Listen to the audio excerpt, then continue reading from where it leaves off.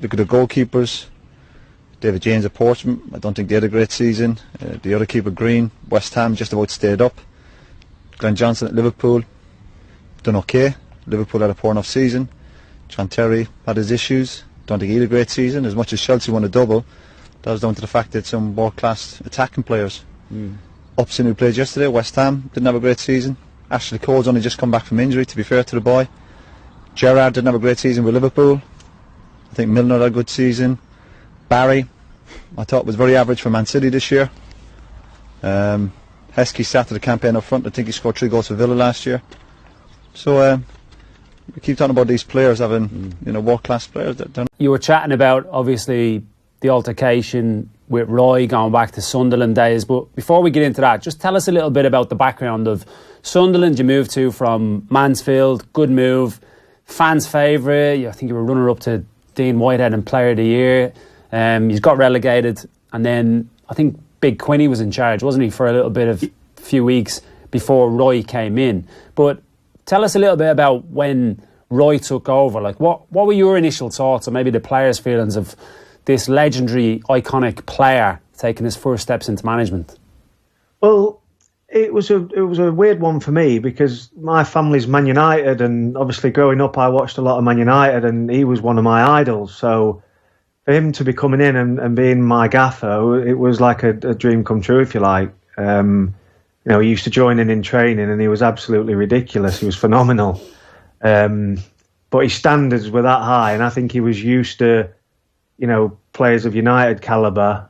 I think he got frustrated quite quickly with some of us, So he came in the August time. You were kind of in and out of the team up until maybe November. So before that altercation that you did have, row that you had, whatever way you want to call it, like, was there any grumblings between you and him? Had this been coming, or was it kind of out of the blue?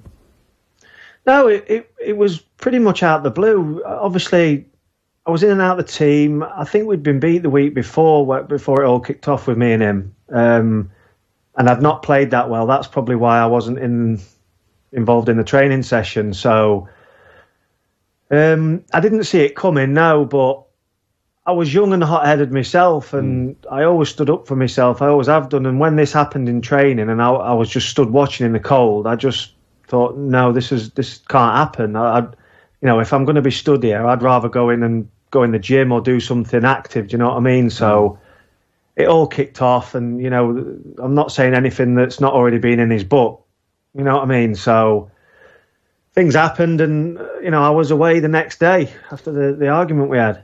So for anybody that's not quite aware of like training ground kind of scenarios, and it was an 11v11. Obviously, there was more than 22 players in and around training that day, so you were left on the sideline. And this quite often happens, does it, with mainly younger players? You very rarely get it with established senior players, which you obviously were at that time.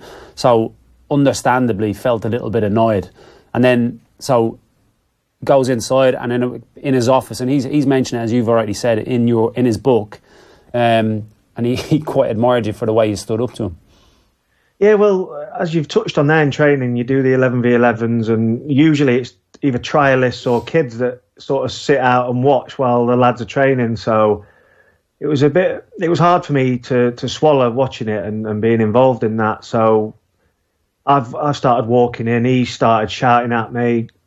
We've argued a little bit. I've carried on walking in. He's told me not to, and pleasantries were involved in all that. And then obviously I've gone in. We've had a massive argument in his office, nearly come to blows and stuff. So the next day, literally as I was leaving, he just said, "Look, this was a Thursday, by the way. So as I'm leaving his office, he's just said, keep your phone on. That's you done." So I got in the car, spoke to my agent, and the next day I'm down at Stoke. So there was no signs of this. Like sometimes, I've had loan moves where it happens quite quickly, but in the background, your agent's speaking to you about, look, such and such might be interested in you.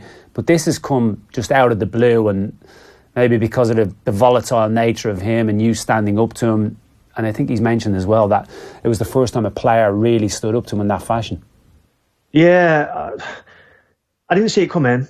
That's for sure. There was nothing in the background going on.